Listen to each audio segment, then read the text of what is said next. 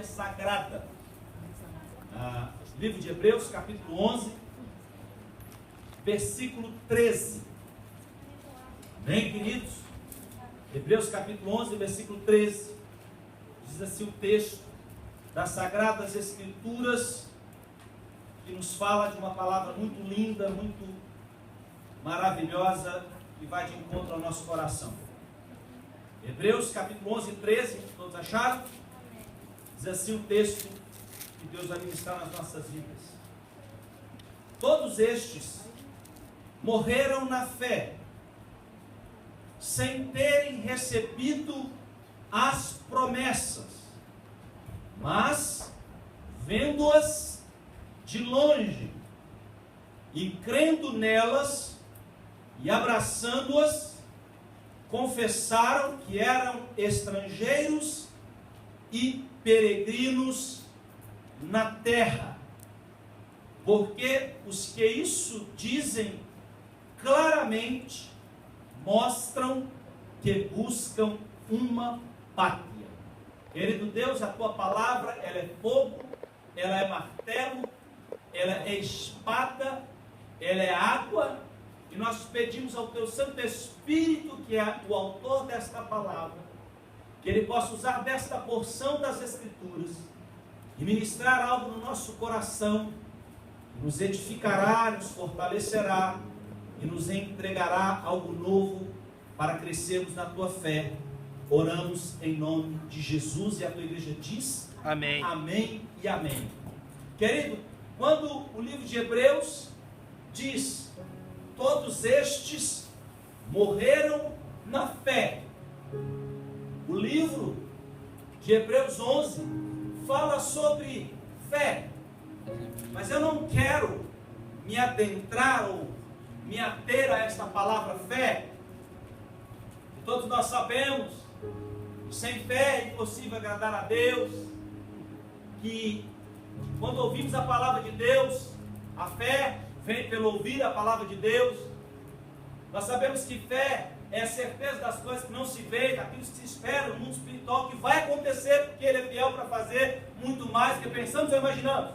Amém. Mas quando a Bíblia fala que todos estes, se refere especificamente nesse capítulo, a Abel, que deu a sua oferta, e que a sua oferta de gratidão, lembra da palavra gratidão? Ela foi mais generosa, e Deus atentou para a oferta de Abel, e a de Caim, Deus não atentou, porque não existia gratidão naquilo que Abel oferecia. Que Caim. A Bíblia também fala... Caim, desculpa, obrigado, Pedro. A Bíblia fala sobre Enoque, que Deus o tomou para si, tamanha era a aliança que Enoque tinha. E é interessante que a Bíblia diz no versículo 5 de Hebreus 11 que Deus o tomou para si, porque Deus se agradara dele. Então fica aqui uma palavra para você entender que este homem que foi arrebatado, transladado ao céu, um princípio que ele praticou e viveu, que ele agradava a Deus. Então a Bíblia diz para você agradar ao Senhor, porque esse vai ser o princípio que vai tirar a igreja da terra. Aqueles que agradam ao Senhor, que não buscam agradar a si mesmo, que não buscam agradar ao seu egoísmo, ao seu coração, mas agradam a Deus em primeiro lugar e acima de qualquer coisa, e entendem que isso toca o coração de Deus, alegra o coração de Deus. O capítulo também fala de Noé, que foi um homem que andou na marcha ré, na contramão daquilo que a sua geração vivia. A sua geração vivia por um caminho, ensinava uma coisa, as pessoas praticavam uma obra, e Noé vivia totalmente de uma maneira diferente. Noé foi um homem tão usado por Deus, e a corrupção estava tão grande na época de Noé, que Jesus disse que o sinal para a vida dele seria como foi nos dias de Noé, como aquele povo abandonou o caminho do Senhor, como aquele povo não quis saber de obedecer a Deus. Era a marca que algo grande ia acontecer, como o juízo de Deus estava para vir sobre aquelas vidas. Assim é uma marca para a nossa geração. Quando as pessoas casarem e se darem casamento, comprarem e venderem, lembra? Jesus alertou os discípulos, porque era exatamente isso que estaria acontecendo. As pessoas estariam só preocupadas com este mundo, com esta terra. E eles não perceberam quando a arca se fechou e veio o dilúvio e destruiu a todos. A Bíblia fala de Abraão, desse capítulo, como foi um homem usado por Deus na sua obediência, como foi um homem provado por Deus, quando Deus pediu seu filho, para que ele sacrificasse ele. E é interessante, que quando ele despede da Sarinha, tadinha, ela nem imaginava, né? Quando ele despede da Sarinha, ele fala, eu e o garoto vamos voltar. Fica tranquilo. Ele levou o cutelo, ele levou a lenha, ele levou aquilo que seria o sacrifício, e ele voltou por causa da obediência dele. Por isso ele é considerado o pai da fé, porque fé sem obediência é morto. É morto. Assim como Tiago diz que a fé, se não tiver obras, é morta, assim a nossa fé, se não estiver alicerçada na palavra obediência, obedecer a Deus, ela é morta. Por quê, pastor? Porque você só pratica a boa obra se você tiver fé. E se você tiver fé, a fé verdadeira, em que Romanos 1 e Romanos 16, Paulo começa uma das cartas mais importantes da Bíblia, se é que nós podemos dizer isso, mas uma das cartas mais fenomenais. Ele começa a explicar a fé sobre a obediência e termina o capítulo dizendo a mesma palavra que ele começou no capítulo 1, a fé da obediência. Porque essa fé que é a fé salvífica. Jesus, no livro de Hebreus capítulo 5, a Bíblia diz que ele veio se tornar o autor da salvação eterna para todos aqueles que lhe obedecem. Então, se tem obediência, tem salvação. Se não tem obediência, tem enganação. E que falar de tantos homens de Deus. Mas nesse versículo 13, ele fala uma coisa interessante. Ele mostra para a igreja que todos nós somos peregrinos, somos passageiros, somos forasteiros. Eu vou te contar uma história que eu já contei aqui na igreja, se eu não me engano, umas 2 vezes. Mas eu quero contar para algumas pessoas que não sabem. Sobre um pastor, que eu tive o privilégio de conhecer ele, tive o privilégio de ser amigo dele, um grande homem de Deus, chamado pastor Glaicon Terra Pinto, em Belo Horizonte. E durante muitos anos foi o pastor do meu sogro, da minha sogra, da minha esposa, das minhas cunhadas. E esse pastor foi até Brasília. Ele se tornou deputado federal. E ele então começou a ministrar, Solange, para os senadores, para os deputados. E quando ele teve uma reunião, ele disse para aqueles senadores que estavam ali: se você recebesse a seguinte notícia, que daqui a 1 ano você fosse partir para uma terra, que você nunca mais voltasse aonde você vive, que você nunca mais teria contato com aquele povo, o que você faria? O primeiro senador deu uma resposta muito boa. Olha, eu ia estudar a língua. Ah, se eu soubesse disso. Que Deus ia me trazer para a América, né? Né, Pedro? É, Felipe! Eita, língua abençoada essa! Verbo to be. Irmão, eu mudei do científico para contabilidade para não ter inglês. Tanto que eu gostava. Isso. Foi ideia dele. Confessar meu pecado. O arrependimento. Arrependimento. Aí o que aconteceu? Ele falou assim: olha, eu estudar a língua. Para que quando eu chegasse naquela terra eu ia ter dificuldade? Aí o pastor falou: muito bem. E você? Aí o segundo senador olhou para o pastor Glaicon Terra Pinto e falou assim: olha, eu ia estudar a cultura do país. que eles gostam, os seus costumes, aquilo que eles não gostam. Porque daí eu ia chegar lá, eu ia ter um choque de identidade, de valores, eu ia ser bem aceito, eu ia fazer com que aquele povo fosse feliz, eu ia ser feliz no meio deles. Aí o pastor falou, muito boa resposta. Mas das 3 respostas, a última foi a melhor de todas as respostas. O senador olhou para ele e disse assim, se eu fosse viver, e eu quero que você receba isso no seu espírito, se eu fosse viver como se daqui a 1 ano eu fosse partir desta terra, deste mundo, e eu nunca mais fosse voltar e pisar e andar nessa cidade, neste povo, nessa nação, eu já iria viver a partir de hoje como se eu já estivesse vivendo lá. Amém, aleluia. Você entendeu o que você ouviu? Amém. É o que Paulo diz na sua carta, logo já não sou eu mais quem vive, mas Cristo vive em mim. E aí Pedro, em 1 Pedro 1,17, abre a sua Bíblia, que ele vai falar exatamente o que o livro de Hebreus está falando, afirmando que nós somos passageiros. Quem achou, leia em voz alta, com voz de trombeta aí para mim.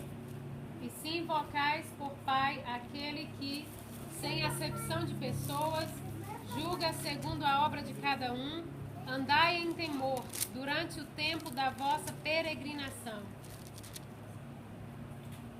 Mais uma vez.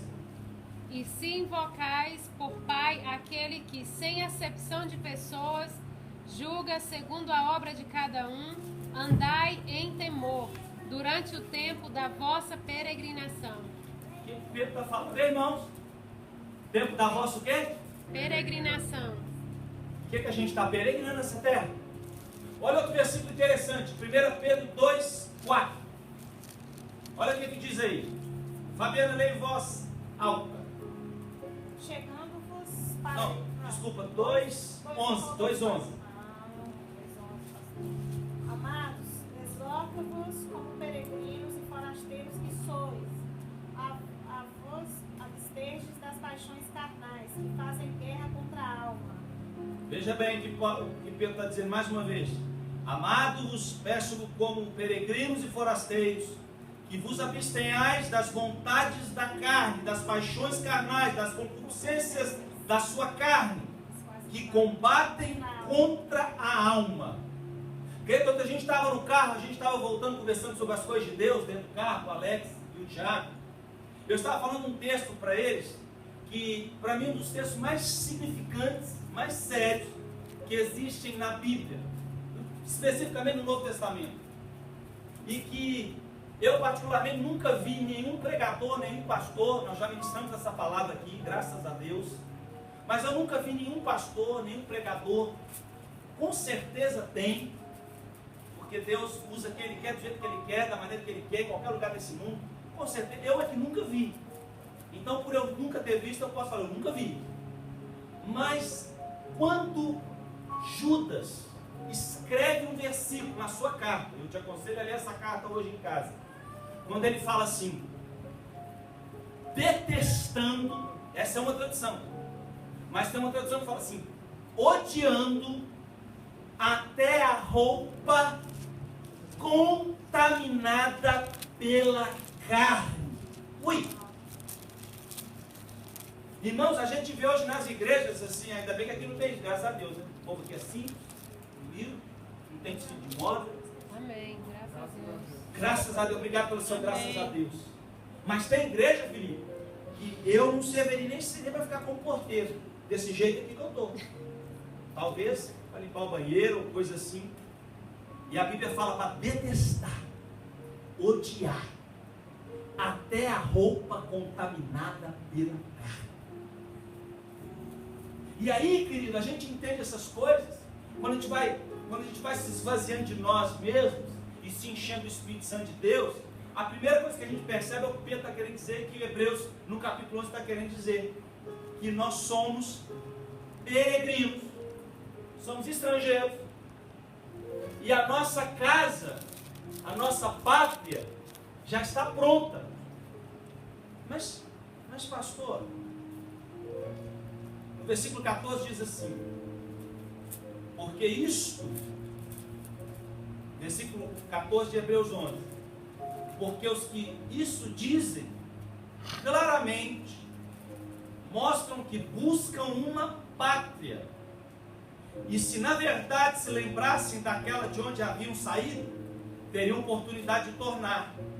Mas agora, olha o versículo 16, mas agora desejam uma melhor, isto é, a celestial, pelo que também Deus não se envergonha deles, de ser chamado seu Deus, porque já lhes preparou uma o quê? Cidade. Espera aí, João 14, 2 fala o quê? Quebra a Bíblia para mim rapidinho. João 14, 2 e 3. Evangelho de João, capítulo 14, versículo 2 e 3. Olha o que Jesus diz. Pode ler. Na casa de meu pai há muitos aposentos. Se não fosse assim, eu lhes teria dito, vou preparar lugar. E se eu for e lhes preparar lugar, voltarei e os levarei para mim, para que vocês estejam onde eu estiver. Vou ler mais alto para a filmagem pegar a palavra.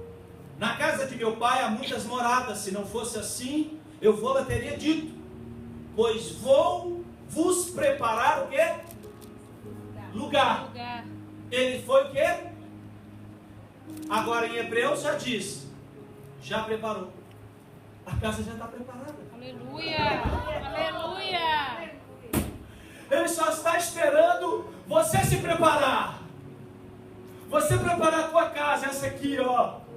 Você ataviar as tuas roupas, se vestir de branco, de santidade, as vestes da alma, que não tem mancha, que não tem mácula. Já está pronto, querido. Ele foi preparar e não está lá 2000 anos fazendo o que ele já fez. Já está tudo pronto. É por isso que a Bíblia diz, para que nós venhamos a apressar a vinda de Jesus. Para a gente fazer com que a vinda de Jesus aconteça, querido, é preciso a gente entender, primeiro, que nós somos peregrinos. Segundo, agradar o Senhor. Terceiro, não se envolver com os negócios dessa terra, a fim de agradar aquele que nos arregimentou das trevas para a sua luz. É preciso a gente entender isso. É preciso não só entender, precisamos viver isso. Amém. Por quê? Porque o texto diz que nós somos peregrinos, que nós somos estrangeiros, que nós somos cidadãos da cidade santa, que o nosso nome está escrito no livro da vida, e que agora o que nos aguarda é novos céus, nova terra, onde habita justiça e paz. Deus não nos tirou do império da morte para vivermos os nossos olhos focados nessa terra, irmão, pelo amor de Deus. Há um versículo em Filipenses 3 que a gente até dói de falar. Agora imagina Paulo que escreveu. Quando Paulo olhou para os filipenses e falou, olha, eu vos digo até novamente chorando. Paulo estava chorando, estava derramando as lágrimas. Eu vos digo até novamente chorando que eles são inimigos da cruz de Cristo, visto que eles só se preocupam com as coisas terrenas. Jesus, na parábola do semeador, na terceira pessoa daquela parábola que tem 4 pessoas, na terceira pessoa, que simboliza a pessoa dos espinhos, o coração tem espinhos, já tem alguma coisa plantada dentro dela. Jesus disse, essa é aquela que os cuidados e as fascinações da riqueza sufocam a palavra para que ele não se salve. E ela morre, a palavra morre. Você precisa entender, querido, que você precisa usar as coisas, não as coisas serem seu dono da sua alma. E, irmãos, tem gente que o carro é o dono dele. Verdade.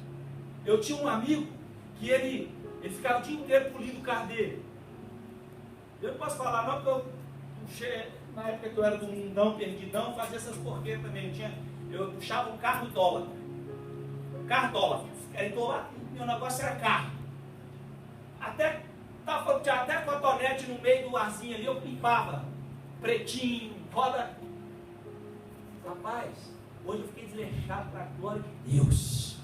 Amém. Eu falo isso também que faço também. carro para mim é para usar, não é para ser meu dono. Aí ele saía, aí a gente saía, pegava para a gente saía.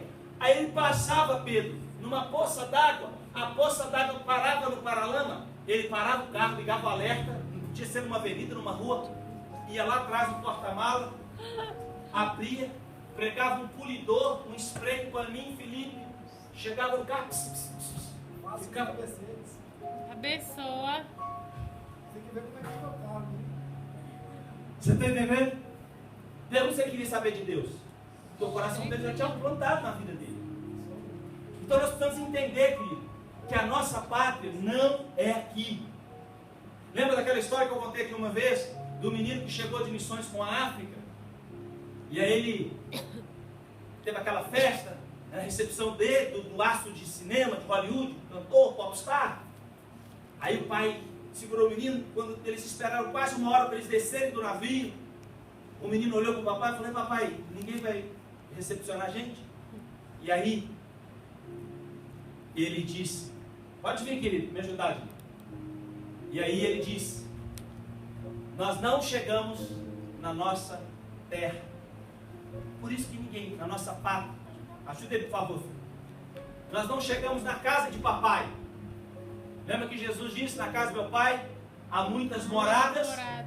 Ele foi preparar o lugar, mas já está pronto. Ele só está preparando agora é o meu coração e o seu coração, para que a gente seja limpo, purificado pela lavagem da água da palavra, para que a gente possa experimentar qual seja a boa, agradável e perfeita vontade de Deus. Então eu quero passar com você agora este vídeo de apenas, está tão claro, você que apagou, e vai mostrar a história de uma criança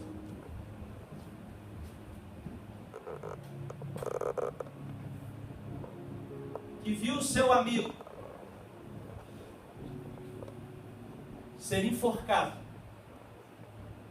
por causa de Jesus. E ele seria o próximo a ser enforcado. Essa é uma história real que aconteceu. Claro que você vai ver uma dramatização, mas esta criança está aqui.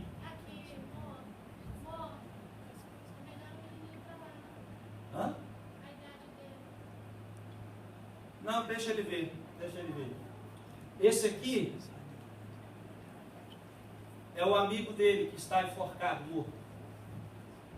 Amém? E esse... Pode crescer a tela, por favor.